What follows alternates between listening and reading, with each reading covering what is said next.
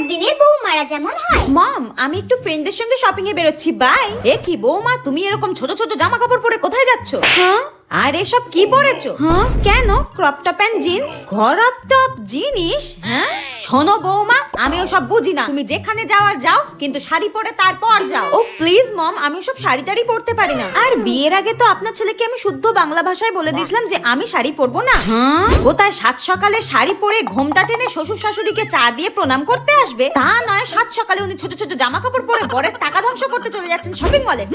যাই হোক, আমার লেট হয়ে যাচ্ছে, বাই। আরে আরে, চললে কোথায়? হ্যাঁ, রান্না বান্নার কি হবে? রান্নার কি হবে সেটা আমি কি করে জানবো? আপনি করে নিন, নইলে কোনো কাজের লোক রেখে দিন। আমি তো আগেই বলে দিয়েছিলাম আমি ওসব রান্না বান্না করতে পারবো না, আমার স্কিন খারাপ হয়ে যাবে।